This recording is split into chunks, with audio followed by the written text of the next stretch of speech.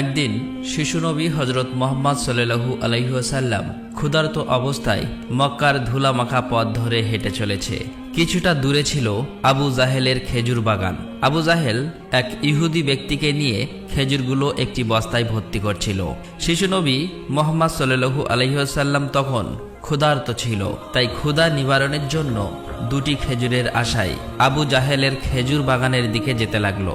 শিশু নবী মুহাম্মদ সাল্লাল্লাহু আলাইহি ওয়াসাল্লাম ধীরে ধীরে সেই খেজুর বাগানে হাজির হলেন এবং আবু জাহেলকে সালাম দিয়ে বিনয়ের সঙ্গে বললেন, চাচা যান, আমার খুব ক্ষুধা পেয়েছে, আমাকে দুটি খেজুর দিতে পারবেন? তখন আবু জাহেল তাচ্ছিল্য ভরা চোখে তাকিয়ে বলল, হে মোহাম্মদ, তোমাকে খেজুর দিতে পারি, কিন্তু একটি শর্ত আছে। ওই যে ব্যক্তিটি দাঁড়িয়ে আছে তার কাছে বস্তা আছে, ওইগুলো তুমি মাথায় করে নিয়ে আমার বাড়িতে দিয়ে আসো, তাহলে তুমি খেজুর পাবে। তখন শিশু নবী সাথে সাথে ওই ইহুদি ব্যক্তির কাছে চলে গেলেন। ইহুদি লোকটি তাকে অবাক হয়ে দেখে বললেন, হে বালক মোহাম্মদ, তুমি কি জন্য এসেছো? শিশু নবী মুহাম্মদ সাল্লাল্লাহু আলাইহি ওয়াসাল্লাম বললেন, আমি এই বস্তা মাথায় করে নিয়ে যাব। ইহুদি ব্যক্তিটি বললেন, এই ছোট্ট বয়সে তুমি কি এই বস্তায় নিয়ে যেতে পারবে? শিশু নবী বললেন, নিশ্চয়ই পারবো। অতঃপর শিশু মুহাম্মদ সাল্লাল্লাহু আলাইহি ওয়াসাল্লাম ধুলিমাখা শরীরে মাথায় বিশাল বস্তা নিয়ে হেঁটে চললেন। ছোট্ট ছোট্ট পা, ক্লান্ত দেহ, কিন্তু চেহারায় এক অপার্থিব শান্তি। এবং তার পিছু চলেছে আবু জাহেল এবং সেই ইহুদি ব্যক্তি। কিছুক্ষণ পর সেই বস্তা আবু জাহেলের বাড়ির সামনে এসে রাখলেন। তখন ইহুদি ব্যক্তি এই বস্তা নিয়ে বাড়ির ভিতরের কোণে রেখে দিলেন। তারপর শিশু নবী হজরত মুহাম্মদ সাল্লাল্লাহু আলাইহি ওয়াসাল্লাম বললেন, চাচা যান, আমাকে খেজুর দেবেন না? তখন আবু জাহেল মাত্র একটি খেজুর দিলেন। তখন শিশু নবী হজরত মুহাম্মদ সাল্লাল্লাহু আলাইহি ওয়াসাল্লাম বললেন, চাচা যান, আর একটি খেজুর দেবেন না? এই নির্দোষ চাওয়াই যেন আবু জাহেলের আগুনে ঘি ঢেলে দিল। সে রেগে গিয়ে হঠাৎ করে একটি প্রচণ্ড থাপ্পড় মারল শিশু মুহাম্মদ সাল্লাল্লাহু আলাইহি ওয়াসাল্লামের গালে। সঙ্গে সঙ্গে সূর্য যেন হঠাৎ ডুবে গেল, আকাশ কেঁদে উঠল, বাতাস স্তব্ধ হয়ে গেল, পাহাড় পর্বত যেন অশ্রু ঝরালো। যে একটি নিষ্পাপ শিশুর উপর এমন অন্যায়! নিষ্ঠুর আবু জাহেল হাসতে হাসতে ঘরে প্রবেশ করল। ঠিক তখনই ঘটল এক অলৌকিক ঘটনা। খেজুর ভর্তি বস্তার মুখ খুলতেই আবু জাহেল হতবাক হয়ে গেলেন। আবু জাহেল দেখল বস্তার সমস্ত খেজুরগুলো ছোট ছোট পাথর হয়ে গেছে। চোখের সামনে এমন অলৌকিক ঘটনা দেখার পর সেই ইহুদি বিস্ময়ে হতবাক হয়ে গেল। এই দৃশ্য দেখে সেই ইহুদি ব্যক্তি থমকে দাঁড়ালেন। এমন অলৌকিক ঘটনার কথা জানানোর জন্য ইহুদি ব্যক্তিটি দ্রুত তাদের নেতার কাছে ছুটে গেল। কিন্তু নিষ্ঠুর অত্যাচারী আবু জাহেল তখন ঘর থেকে বের হয়ে এলো এবং কটাক্ষ করে বললেন, হে মোহাম্মদ, তুমি তো বড় জাদুঘর, আমার খেজুরগুলো জাদু করে পাথর করে দিয়েছ। শিশু নবী মুহাম্মদ সাল্লাল্লাহু আলাইহি ওয়াসাল্লাম নরম কণ্ঠে মাথা নিচু করে বললেন, চাচা যান, আমি কিছুই জানি না। এই কথা বলতেই নিষ্ঠুর আবু জাহেল আর একটা চড় মারলেন। চড়ের শব্দে যেন আবারও আকাশ কেঁপে উঠল, পাহাড় স্তব্ধ হয়ে গেল, আর শিশুটির চোখে জমে উঠল এক বিন্দু অশ্রু। কিন্তু কি আশ্চর্য, শিশু মুহাম্মদ শুধু এতটুকুই বললেন, চাচা যান, আপনার হাতে ব্যথা লাগেনি তো? আহা, কি মমতা, কি সহমর্মিতা! নিজে চড় খেলেন, অথচ চিন্তা করলেন চড় মারা মানুষের ব্যথার কথা। অতঃপর শিশু নবী সেই ব্যথা আর অপমানের বোঝা নিয়ে বাড়ি ফিরলেন না। চুপচাপ চলে গেলেন পাহাড়ের কিনারায়, শুধু নিঃশব্দে দাঁড়িয়ে রইলেন। এই ঘটনা দেখে গাছগুলো, পাহাড়গুলো বলতে লাগলো, আহ, আফসোস! যাকে না সৃষ্টি করলে এই জমিন, এই আসমান, এই পৃথিবী কিছুই সৃষ্টি হতো না। সেই মহান নবী আজ ক্ষুধার্ত, অপমানিত, অবহেলিত। কিন্তু তবুও পাষাণ্ড আবু জাহেলের হৃদয় এতটুকুও কাঁপল না, এক বিন্দু অনুতাপও তার চোখে এলো না। এদিকে সেই ইহুদি ব্যক্তিটি তাদের নেতার কাছে এসে বলল, আজ এমন এক ঘটনা দেখেছি যা কল্পনাকেও হার মানায়। আব্দুল্লাহর পুত্র শিশু মুহাম্মাদের এমন ক্ষমতা আছে যা দুনিয়ার কারণেই। তাকে একটা চড় মারলে খেজুর সব পাথর হয়ে যায়। আচ্ছা, আপনি কি বলতে পারবেন এটা কি জাদু না অলৌকিক ক্ষমতা? তখন তাদের নেতা বললেন, আমরাও শুনেছি আমাদের ধর্মগ্রন্থ নাকি মুহাম্মাদের নাম আছে, সে হবে শ্রেষ্ঠ নবী এবং শেষ নবী। তবে তিনি কি এই মুহাম্মদ, এটা জানার জন্য আমাদের ধর্মগুরুর সান্নিধ্য প্রয়োজন। যদি এটা সত্য হয় তবে তাকে আমরা বাঁচাতে দেব না, এই পৃথিবী থেকে সরিয়ে দেব। তোমরাও যাও, আমাদের ধর্মগুরুর কানে এটি পৌঁছে দাও। তখন সেই ইহুদি ব্যক্তিটি আবারও আবু জাহেলের বাড়ির দিকে রওনা হলেন। যেতে যেতে সেই খেজুর বাগানের কাছে উপস্থিত হয়ে দেখলেন সমস্ত খেজুর গাছের খেজুর নেই, সব একেবারে পাথর হয়ে গেছে। এটা দেখে সেই ইহুদি ব্যক্তিটি হতভম্ব হয়ে গেলেন। তিনি আর এক মুহূর্ত দাঁড়ালেন না, খুব দ্রুত আবু জাহেলের বাড়ির দিকে রওনা হলেন। আবু জাহেলের বাড়িতে এসে বললেন, ভাই, আপনার খেজুর বাগানের সমস্ত খেজুরগুলো তো পাথরে পরিণত হয়ে গেছে। এখন এটাকে যদি ফিরিয়ে আনতে না পারেন তাহলে অনেক টাকা ক্ষতি হয়ে যাবে। এটাকে ফেরানোর একমাত্র পথ হলো শিশু মুহাম্মাদের কাছে ক্ষমা চাওয়া। কিন্তু আবু জাহেল ক্ষমা চাওয়ার পাত্র ছিল না। সে ছিল নিষ্ঠুর এবং অতি চালাক। তাই সে চালাকি করেই বলল, ঠিক আছে, চলো আমরা মুহাম্মাদের বাড়িতে গিয়ে দেখি। এই বলে তারা শিশু মুহাম্মদ সাল্লাল্লাহু আলাইহি ওয়াসাল্লামের বাড়ির দিকে রওনা হলেন। শিশু মুহাম্মদ সাল্লাল্লাহু আলাইহি ওয়াসাল্লাম থাকতেন চাচা আবু তালেবের সঙ্গে। চাচা আবু তালেব তখন ঘরে একা। কিছুক্ষণের মধ্যেই আবু জাহেল এসে হাজির হয়ে বললেন, হে আবু তালেব, শিশু মুহাম্মদ কোথা থেকে এমন জাদু শিখেছে? সে তো বড় জাদুঘর। সে আমার খেজুরগুলো সব পাথর করে দিয়েছে। কোথায় গিয়েছে তুমি কি খবর রাখো? তাকে তো খুঁজে পাওয়া যাচ্ছে না। দেখো কোন পাহাড়ের কিনারায় জঙ্গলের বাঘ ভাল্লুকে খেয়ে নিয়েছে কিনা। এই কথা শোনা মাত্রই চাচা আবু তালেব আর দেরি করলেন না, শিশু নবীকে খুঁজতে বার হলেন। এদিকে শিশু নবী হযরত মুহাম্মদ সাল্লাল্লাহু আলাইহি ওয়াসাল্লাম পাহাড়ের কিনারায় বসে কাঁদছে আর বলছে, আজ যদি আমার মা বাবা বেঁচে থাকতো আমার সাথে কেউ এরূপ ব্যবহার করতে পারত না। আমি আজ বড় একা। শিশু নবীর কান্না দেখে জঙ্গলের বাঘ ভাল্লুক হরিণ সেখানে আসলেন। সেই ব্যথায় ব্যতীত হয়ে তারাও যেন কাঁদছে আর বলছে, ইয়া রাসূলুল্লাহ, রাহমাতুল লিল আলামিন, এই চর যেন আমাদের লেগেছে। ইয়া রাসূলুল্লাহ, তুমি আর কেঁদো না, এই কান্না আমরা সহ্য করতে পারছি না। অতঃপর কিছুক্ষণের মধ্যেই চাচা আবু তালেব সেখানে হাজির হলেন। এটা দেখার পর তিনি আর কিছুই বললেন না, একেবারে অবাক হয়ে গেল। তখন চাচা আবু তালেব সান্ত্বনা দিয়ে বললেন, তোমাকে এমন কষ্ট দিল, আমি তো আছি। আমি বেঁচে থাকতে কেউ তোমাকে আঘাত করতে পারবে না। অতঃপর শিশু নবীকে নিয়ে চাচা আবু তালেব বাড়িতে চলে এলেন। সেই রাতেই চাচা আবু তালেব আবু জাহেলের বাড়িতে গিয়ে বললেন, তুমি তাকে জাদুঘর বলছো, অথচ সে তো কিছুই চায়নি। সে তো তোমার খেজুর নেয়নি, তোমার বিরুদ্ধে কিছু বলেনি। এই শিশুর চোখে যে অশ্রু ঝরেছে সেই অশ্রু একদিন পাহাড়ও গলিয়ে দেবে। এই কথা বলে তিনি সেখান থেকে চলে আসলেন। এই কথা শুনে আবু জাহেল কোনো জবাব দিল না, কারণ এই শিশুর মধ্যে এমন কিছু ছিল যা সে অনুভব করতে পারছিল কিন্তু স্বীকার করতে পারছিল না। আসলে আবু জাহেল ছিল মিথ্যাবাদী এবং অত্যাচারী। সেই রাতে মক্কার আকাশে এক উজ্জ্বল আলো দেখা গেল। সবাই ভাবল বুঝি কোনো তারা পড়েছে। ফেরেশতারা একে একে নেমে আসলো। এক ফেরেশতা আরেক ফেরেশতাকে বলল, এই শিশুর চোখে পানি দিয়ে একদিন মহা কিতাব নাজিল হবে। এই শিশু হবে শ্রেষ্ঠ মানব তথা শ্রেষ্ঠ নবী, যা সমগ্র বিশ্ববাসীর জন্য রহমত স্বরূপ। এদিকে ইহুদি কাফেররা এই অলৌকিক ঘটনা শোনার পর নবীজিকে হত্যা করার জন্য ষড়যন্ত্র লিপ্ত হয়ে যায়। কেননা তারা চেয়েছিল যে শেষ নবী তাদের বংশের মধ্যে জন্ম হোক, কিন্তু তা হয়নি। তাদের মধ্যে একজন ইহুদি তাদের ধর্মগুরুর কাছে গিয়ে সমস্ত ঘটনা খুলে বললেন। তখন তাদের ধর্মগুরু বললেন, আমি চিনেছি তাকে, সে সেই নবী যার বর্ণনা আমাদের কিতাবে আছে। তার দুটি চিহ্ন রয়েছে, একটি কাঁধে নবুয়াতের মোহর, অন্যটি তার দৃষ্টিতে রহমত। অন্য একজন প্রশ্ন করল, তাহলে আপনি কি ঈমান আনবেন? তখন তিনি চুপ করলেন, মাথা নিচু করলেন, তারপর শুধু বললেন, আমরা চেয়েছিলাম আমাদের বংশে আসুক, তাই আমরা সত্যকে অস্বীকার করব। অন্যদিকে প্রতি বছর চাচা আবু তালেব ব্যবসার উদ্দেশ্যে সিরিয়ায় সফর করতেন। সেদিনও চাচা আবু তালেব সিরিয়া সফরের উদ্দেশ্যে প্রস্তুত হচ্ছিলেন। ঠিক সেই সময় শিশু মুহাম্মদ সাল্লাল্লাহু আলাইহি ওয়াসাল্লাম এসে বললেন, চাচা যান, আপনার সঙ্গে আমিও সিরিয়ায় সফরে যাব। কিন্তু শিশু মুহাম্মাদের কথা চাচা আবু তালেব ফেলতে পারলেন না। অতঃপর পরের দিন ব্যবসার উদ্দেশ্যে শিশু মুহাম্মাদকে নিয়ে চাচা আবু তালেব সিরিয়া সফরের উদ্দেশ্যে রওনা হলেন। এভাবেই চলতে চলতে কয়েক মঞ্জিল পথ অতিক্রম করার পর বাণিজ্য কাফেলা শাম নামক একটি জায়গায় গিয়ে বিশ্রাম নিচ্ছিলেন। সেখান থেকে কিছুটা দূরে খ্রিস্টানদের একটি গির্জা ছিল। সেই গির্জায় খ্রিস্টানদের একজন ধর্মগুরু ছিল, যে সেই জামানার সবচেয়ে মহাপণ্ডিত ছিল। কাফেলা যখন আবারও চলতে শুরু করলো, তখন ওই খ্রিস্টানদের ধর্মগুরু লক্ষ্য করে দেখল কাফেলার সাথে সাথে যে সোজা শিশু নবী আছে তার ঠিক মাথার উপর একখণ্ড মেঘ আছে। তার মাথার উপর ছায়া দিতে দিতে সরে আসছে। এটা দেখে তিনি অবাক হয়ে গেলেন। খ্রিস্টান ধর্মগুরু খুব শীঘ্রই তাদের ধর্মগ্রন্থ পড়ে বুঝলেন নিশ্চয়ই কাফেলার ভিতরে আখিরি জামানার শেষ নবী রয়েছে।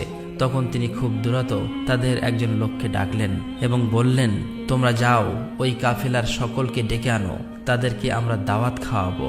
এই কথা শুনে তারা সেখানে চলে গেল এবং তাদেরকে বলল, প্রিয় ভাইরা, আমাদের ধর্মগুরু আপনাদের সকলেরই দাওয়াত করেছেন, এই দাওয়াত আপনারা কবুল করুন। অতঃপর কাফেলার সকলেই ওই গির্জায় আসলেন। তারপর খ্রিস্টান ধর্মগুরু কাফেলার সকলকে পেট ভরে খাওয়ালেন। অতঃপর কিছুক্ষণ পর খ্রিস্টান ধর্মগুরু আবু তালেবকে বললেন, হে কাফেলার সর্দার, নিশ্চয়ই এই শিশুর পিতামাতা ইন্তেকাল করেছে। আবু তালেব বললেন, হ্যাঁ, আপনার অনুমান সত্য, তারা ইন্তেকাল করেছে। এখন আমি তাকে লালন পালন করি। তখন খ্রিস্টান ধর্মগুরু বলল, এ কাফেলার সর্দার, শুনে রাখো, আপনার ভাতিজা নিশ্চয়ই আল্লাহর শেষ নবী হবেন। তার পৃষ্ঠদেশে মোহরের নবুয়াত খচিত আছে। তার প্রতি তুমি খুবই সতর্ক দৃষ্টি রাখবে এবং তাকে কোথাও একা যেতে দেবেন না। কেননা ইহুদি নাসারাগণ এটা জানতে পারলে, চিনে ফেললে, তারা শিশু মোহাম্মদকে প্রাণনাশের চেষ্টা করবে, এতে কোনো সন্দেহ নেই। তখন চাচা আবু তালেব বললেন, আপনি এই খবর জানেন কিভাবে? খ্রিস্টান ধর্মগুরু বললেন, আমি তৌরাত কিতাবে এই ঘটনার বর্ণনা পেয়েছি। তুমি যাও, তোমার ভাতিজাকে এখানে ডেকে আনো। তখন চাচা আবু তালেব শিশু মোহাম্মদকে সেখানে আনার জন্য চলে গেলেন। কিছুক্ষণ পর খ্রিস্টান ধর্মগুরু দেখলেন আবার একটি কাফেলা রওনা হচ্ছে। তখন খ্রিস্টান ধর্মগুরু সেখানে গেলেন এবং তাদেরকে জিজ্ঞাসা করলেন, আপনারা কারা আর কোথায়, কি জন্যই বা যাচ্ছ? তখন তারা উত্তর দিল, আমরা রোম দেশের সৈন্য।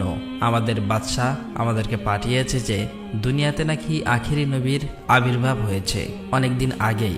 আমরা তার সন্ধান করছি, তাকে খুঁজে ফেলে হত্যা করে দেব। আপনি কি তার কোনো সন্ধান দিতে পারবেন? তখন খ্রিস্টান ধর্মগুরু বলল, তোমরা বৃথায় তাকে খুঁজে বেড়াচ্ছ। আল্লাহ তাআলা যদি সত্যিই তার শেষ নবীকে দুনিয়ায় পাঠিয়ে থাকেন, তবে তো তিনি নিজেই তাকে হেফাজত করবেন। কারো এমন সাধ্য নেই যে তাকে হত্যা করতে পারবে। অতএব তোমরা আবারও রোম দেশে ফিরে যাও। এই কথা শুনে ওই সৈন্যগুলো ফিরে গেল। এভাবেই সেই দিন অতিবাহিত হয়ে গেল। রাতের বেলা খ্রিস্টান ধর্মগুরু চাচা আবু তালেবকে তাদের গির্জায় ডেকে বলল, হে কাফেলার সর্দার, দেখেছ তো আমার কথাই সত্য। ইহুদি নাসারাগণ আখিরি নবীর সাথে চরম শত্রুতা পোষণ করে। তারা যদি শেষ নবীকে হাতের কাছে পেয়ে যায় তাহলে হত্যা করার চেষ্টা করবে। অতএব ভাতিজাকে নিয়ে বিদেশে যাওয়া উচিত হবে না, ফিরে যাও। অতঃপর পরের দিন চাচা আবু তালেব আর বিদেশ সফর করলেন না, আবারও দেশের পথে ফিরে আসতে লাগলেন। কিছুক্ষণ যাবার পর পথের মধ্যে একটি ঘোড়া দেখতে পেলেন, কিন্তু সেখানে কোনো মানুষ ছিল না। এটা দেখে তারা সেখানে দাঁড়িয়ে পড়লেন। তারপর দেখলেন একজন মানুষ মৃত অবস্থায় পড়ে আছে। আসলেই এটি ছিল একজন ইহুদি যে শিশু নবীকে হত্যা করতে এসেছিল। কিন্তু আজ সেই শিশু নবী নিজে তাকে বাঁচিয়ে তুলছে, নিজের হাতে পানি খাওয়াচ্ছেন। এভাবেই তাকে বাঁচিয়ে নিজেদের সাথে নিয়ে আবারও পথ চলতে শুরু করলেন। এভাবেই চলতে চলতে তাদের কাফেলা একটি সাগরের কিনারায় এসে উপস্থিত হলেন। সেখানে ছিল একটি জেলে সম্প্রদায়ের বসবাস। তাদের কাফেলা সেখানেই বিশ্রাম নিচ্ছিলেন। কিন্তু ওখানকার জেলে সম্প্রদায় ছিল মূর্তি পূজারী। তারা ছিল কুসংস্কারে আবদ্ধ। চাচা আবু তালেব হঠাৎ করে একটি জায়গায় গিয়ে দেখল একদল জেলে সম্প্রদায় মূর্তি পূজা করছে। তখন তাদের মধ্যে একজনকে জিজ্ঞাসা করল, প্রিয় ভাইরা, আপনারা এমন করে মূর্তি পূজা করছেন কেন? তখন সেই ব্যক্তি বলল, আমাদের জালে বহুদিন থেকে মাছ ধরা পড়ে না, তাই সমুদ্রের দেবতাকে খুশি করার জন্য এই পূজার আয়োজন করেছি। এদিকে শিশু মুহাম্মদ সাল্লাল্লাহু আলাইহি ওয়াসাল্লাম লক্ষ্য করে দেখলেন একটি বড় মূর্তির সাথে একজন মা ও তার বাচ্চাকে শিকল দিয়ে বেঁধে রাখা হয়েছে, তাদেরকে বলি দেবে বলে। কেননা এই জেলে সম্প্রদায়ের বিশ্বাস ছিল এভাবে বলি দিলে তাদের দেবতা খুশি হবে, তাদের জালে আবারও মাছ ধরা পড়বে। তখন শিশু মুহাম্মদ সাল্লাল্লাহু আলাইহি ওয়াসাল্লাম সেখানে গেলেন এবং তাদেরকে শিকল খুলে মুক্তি করে দিলেন। সেই মুহূর্তে একজন জেলে সেখানে গেলেন এবং বললেন, আমরা যাদেরকে বলি দেব বলে বেঁধে রেখেছিলাম তাদেরকে একজন বাচ্চা খুলে দিয়েছে। এটা শুনে তারা সবাই অতি দ্রুত নবীজিকে ধরতে সেখানে যেতে লাগলো। তখন চাচা আবু তালেব তাদেরকে থামাতে গেল, আর সেই সাথে সাথেই তারা সবাই দেখতে পায় সমুদ্রের কাছে সেই বড় মূর্তিটি আপনা আপনি ভেঙে পড়েছে। সমুদ্রের ঢেউ উঠেছে আর সেই ঢেউয়ের সাথে সাথে অনেকগুলো মাছ উপরে উঠে এসেছে। এটা দেখে সমস্ত জেলে সম্প্রদায়ের মানুষ অনেকগুলো মাছ ধরল এবং তারা নিজেরা অনেক খুশি হয়ে গেল। এটা দেখে আবু তালেব অবাক হয়ে যায়। আসলেই নবীজি তখন সমুদ্রের ধারে দাঁড়িয়ে আল্লাহর কাছে দোয়া করছিলেন। নবীজির দোয়ার বরকতে আল্লাহ তাআলা তাদেরকে মাছ দিয়েছিলেন। অতঃপর তাদের কাফেলা মক্কার দিকে রওনা হলো। মক্কায় আসার পর শিশু নবী হযরত মুহাম্মদ সাল্লাল্লাহু আলাইহি ওয়াসাল্লাম চাচা আবু তালেবের ছাগল নিয়ে চড়াতে যেতেন। একদিন ছাগল চড়িয়ে ফেরার পথে শিশু নবী দেখতে পান এক জায়গায় দাসদাসীদের কেনাবেচা চলছে। পুরুষদের গরম রড দিয়ে অত্যাচার করছে এবং মহিলাদের উচ্চ দামে কেনাবেচা চলছে। এটা দেখে শিশু নবী অনেক কষ্ট পায়। এদিকে নবীজির এক চাচা আবু লাহাব দাসীকে কেনাবেচা করত। তিনি একজন দাসকে বেশি দামে বিক্রি করে দিচ্ছিলেন। ঠিক সেই সময় তার স্বামী গিয়ে বললেন, হুজুর, আপনি এমন কাজ করবেন না, আমাদেরকে ক্ষমা করে দিন। এভাবেই কাকুতি মিনতি করতে লাগলো, কিন্তু আবু লাহাব তার কোনো কথাই শুনতে চায় না। ঠিক সেই সময় আমাদের দয়ার নবী সেখানে হাজির হয় এবং চাচা আবু লাহাবকে বলে, আপনি এই মহিলাকে বিক্রি করবেন না। তখন আবু লাহাব বলে, আমি এই মহিলাকে অনেক বেশি দামে কিনেছি, আমার মূল্য পরিশোধ করে দিলে আমি তাকে ছেড়ে দেব। তখন শিশু নবী তার এই মূল্য পরিশোধ করে দিলেন, আর সেদিন সেই মহিলা নবীজির জন্য মুক্তি পেয়েছিলেন। অতঃপর সেই সময় মক্কায় বহুদিন ধরে বৃষ্টি হচ্ছিল না। মক্কায় বড় বড় নেতারা একত্রিত হয়ে বলতে লাগলো, মক্কায় বহুদিন ধরে বৃষ্টি হচ্ছে না, আমাদের বাচ্চারা মারা যাচ্ছে, পশু পাখি মারা যাচ্ছে। তাই আমরা সবাই মিলে কসম করছি যে আমরা সবাই কাবার কাছে আসব এবং সেখানে গিয়ে বৃষ্টি চাইব। যতক্ষণ না বৃষ্টি আসে ততক্ষণ আমরা সেখান থেকে আসব না। এই কথা বলার পর সবাই একে একে কাবার দিকে যেতে লাগলো। সেখানে চাচা আবু তালেবও যাবে। ঠিক এমন সময় শিশু মুহাম্মদ সাল্লাল্লাহু আলাইহি ওয়াসাল্লাম চাচা আবু তালেবকে জিজ্ঞাসা করলেন, চাচা যান, আপনি কোথায় যাচ্ছেন? চাচা আবু তালেব বললেন, হে মুহাম্মদ, আমাদের মক্কা শুকিয়ে গিয়েছে, বহুদিন বৃষ্টি হয় না, একে একে সবাই মারা পড়ছে, তাই বৃষ্টির জন্য কাবা ঘরের কাছে যাচ্ছি। তখন শিশু নবী বললেন, চাচা যান, আপনি আমাকে সাথে নিয়ে চলেন। তখন চাচা আবু তালেব বললেন, হে মুহাম্মদ, তুমি এখন ছোট্ট, সেখানে মক্কার বড় বড় নেতারা থাকবে, আমি যদি তোমাকে নিয়ে যাই তাহলে সকলেই আমাকে অপমান করবে। তখন শিশু নবী বললেন, চাচা যান, আপনি আমাকে সাথে নিয়ে চলেন, তারা যদি আমাকে সেখানে থাকতে না দেয় তাহলে আমি চলে আসব। শিশু নবীর মুখে এমন কথা শোনার পর চাচা আবু তালেব তার কথা ফেলতে পারলেন না। আসলে তিনি তাকে খুবই ভালোবাসতেন, তাই তিনি তাকে নিয়ে কাবার দিকে রওনা হলেন। কিছুক্ষণ পর তারা কাবার কাছে গিয়ে হাজির হলেন। দেখলেন কাবা ঘরের কাছে মক্কার বড় বড় নেতারা হাজির হয়েছে। আশেপাশের পুরুষ মহিলা সবাই হাজির হয়েছে, কেননা তারা শপথ নিয়েছে বৃষ্টি না আসা পর্যন্ত কাবা ঘর আঁকড়ে ধরে রাখবে। মক্কার বড় বড় নেতারা বলতে লাগলো, হে আবু তালেব, তুমি কি জানো না আমরা এখানে শপথ করে এসেছি, তুমি এই শিশুটিকে কেন নিয়ে এসেছো? এখানে তো তার কোনো প্রয়োজন নেই। তখন আবু তালেব বললেন, হে মুহাম্মদ, তুমি পিছনের দিকে চলে যাও। এই কথা শুনে শিশু মুহাম্মদ পিছনের দিকে চলে গেলেন। অতঃপর মক্কার বড় বড় নেতারা একসাথে বলতে লাগলো, হে কাবা ঘরের স্রষ্টা, আমাদের পানির ব্যবস্থা করে দিন, আমরা আর পারছি না। এভাবেই বলতে বলতে সারা রাত কেটে গেল, কিন্তু একটুও বৃষ্টি হলো না। সকাল গড়িয়ে দুপুর হয়ে গেল, বৃষ্টি হলো না। এদিকে কাবা ঘরও গরম হতে শুরু করলো। এর মাঝে তিনজন গরম সহ্য করতে না পেরে গরমে অজ্ঞান হয়ে গেল। কিছু লোক তাদেরকে নিয়ে এক জায়গায় চিকিৎসার ব্যবস্থা করলেন। এদিকে একজন চাচা আবু তালেবের পিছনে আঁকড়ে ধরলেন। চাচা আবু তালেব যখন পিছনে ফিরে তাকালেন, দেখলেন শিশু মুহাম্মদ সেখানে দাঁড়িয়ে আছে। অত্যন্ত রেগে গেলেন এবং বললেন, হে মুহাম্মদ, তুমি এখানে কেন এসেছো? তখন শিশু মুহাম্মদ বললেন, চাচা যান, আমাকে আসতে দিন, আমি আসলেই মহান আল্লাহ তাআলা পানি বর্ষণ করবেন। তখন চাচা আবু তালেব বললেন, এখানে এতগুলো মক্কার বড় বড় নেতা আছে, তারা সবাই পানি চাইছে, কিছু হচ্ছে না, আর তুমি এখন এই শিশু বয়সে কি করবে? তুমি চাইলে পানি হবে? এটা সম্ভব?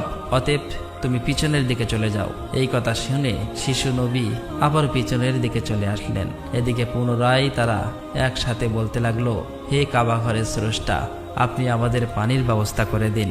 কিন্তু কোনো মতেই বৃষ্টি হলো না। তখন সবাই ক্লান্ত হয়ে এক জায়গায় বিশ্রাম নিচ্ছিলেন। চাচা আবু তালেব পিছনে লক্ষ্য করে দেখলেন আবারও শিশু নবী সেখানে হাজির। তিনি অত্যন্ত রেগে গিয়ে বললেন, হে মুহাম্মদ, তুমি আবার কেন এসেছো?